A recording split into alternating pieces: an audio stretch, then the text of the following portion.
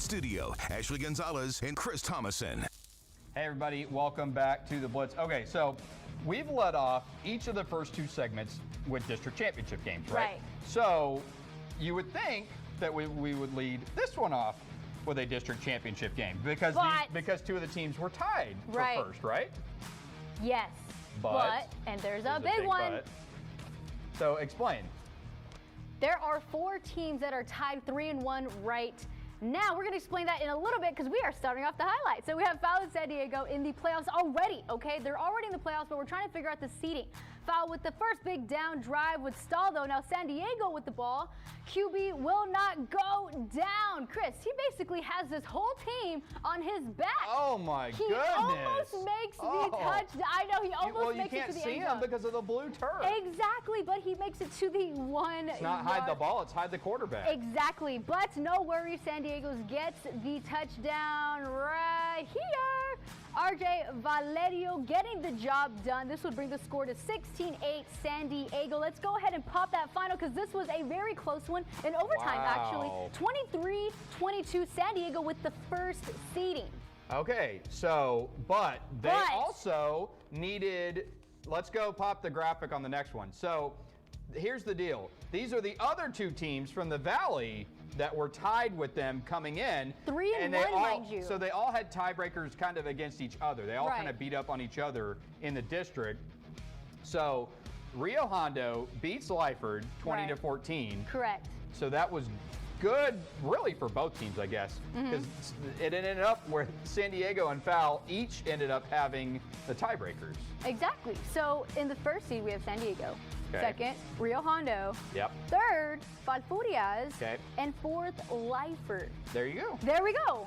And Coach Garcia from Foul let us know where they were going to be playing next week in the playoffs, right? Exactly. They'll be here in Corpus. So, whoop, whoop. Yep, Jersey's they'll be coming to town. Exactly. They'll be at Buck Stadium next week at 7:30 against Vanderbilt Industrial, rather. Yeah, tough matchup. Oy. But hey, you know, we're getting them here in town. So, exactly. But the 3-1 record thing is just crazy. Have you ever seen that, Chris? I had not. Where 4 teams had all been tied for the district lead heading into week 11. But that actually, honestly, it made it a little bit easier. Right. Once we knew who had beaten who earlier, we were able to kind of figure it out from there. And it was set in stone. It's and not all like 4 played tonight. Yeah, and it wasn't like a 3-way tiebreaker having to figure out points and all that nonsense. So, but there you go. So congrats to San Diego, the co-district champions with Rio Hondo, but they are the 1 seed, and then Foul, like you said, the 3 seed. All right, let's get over to Robstown. This is one of those potential 3-way tiebreaker nonsense games, except if Orange Grove won, it wouldn't matter. If Robstown won by 18 or more points, then it would matter, but I'm spoiling it right now, isn't it? Chris. Because Orange Grove, well, I'm going to tell you, Orange Grove already had a big lead in the second half here. The touchdown, Diego Garza getting in, and you're going to see the scoreboard in a second. That's why. Robstown, Timothy Sanchez going to hit Ryan Flores Zapata. Good gain for the Pickers there. Then Sanchez going to find Flores Zapata again, this time for Robstown's first score of the game. In traffic, baby. It was. That was a good catch. Sheesh. For potential last game of the season for Robstown if they couldn't win big. Well, here, Orange Grove. Ooh, the fake. Mark Lopez hitting Ethan Ortiz. He gone for the score. That made it 41-6. So Robstown at this point might need a miracle to win this game by 18 or more points. In the world of sports, anything can happen. Not tonight. Lopez hitting Jack Atkinson. Final 54-6. Orange Grove clinches a playoff spot. They clinch the 3 seed. West Oso, the 4 seed. Oh, man. West Oso. West Oso. Let's go, baby. They didn't even play tonight, I don't think. Yeah. All right, moving down the road, we have London over at Mathis. So both are trying to get into the playoffs. So this is a very important game. So pick it up 7-6 London at the start of the second quarter. Mathis QB number 8 keeps the ball, knocks the helmet off the defender. Everybody's going crazy. I mean, wouldn't you? I would. Wouldn't you? That was literally a pop. He popped his helmet off. That was crazy. Then London QB. First down pass to number 8, Preston Canales. Boom, got that. Then London, number 2, deep pass for the touchdown to wide receiver number 8, Preston Oh man, you see this looks like Gonzalez. Cazalis. It looks like Gonzalez the way it was written, but it's Cazalis. There we go. 13-6 Basketball London. stud too. Yes. Then Mathis QB number 8 EJ Montero runs the ball, but there's a but. There's a but. Fumbles the ball. So this is no bueno. No bueno. Well, I guess that was after that. That's bueno for London. That was bueno for London. That would bring the score to 19-6.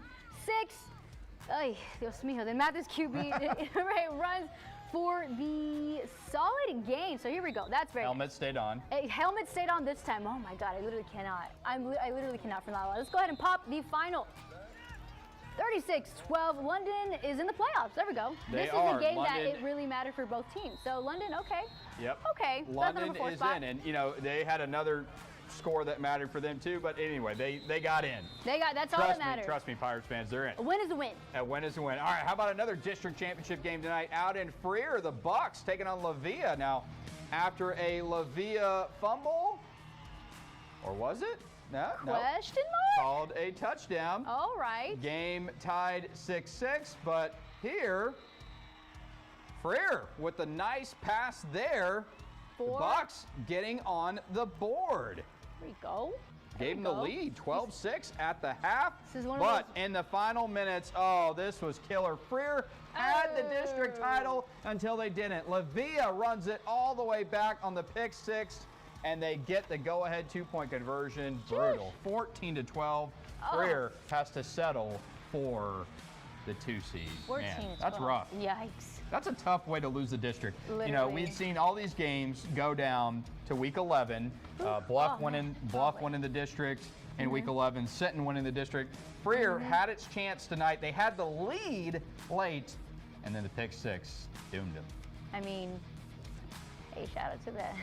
But they're in the playoffs. It's not like it's different. You know, if you're in a situation where you're playing for the 4 seed or something, and that happens, and your season's over. You're still in, just not in the placement that you probably preferred. Yeah. But you know what? Playoffs. But That's when the greatness great happens. season for the Bucks as well, even being in that position late as well. Well, we've got plenty other games tonight to get to, scores anyway. So take a listen to the Carroll Tigers marching band and take a look at your scores.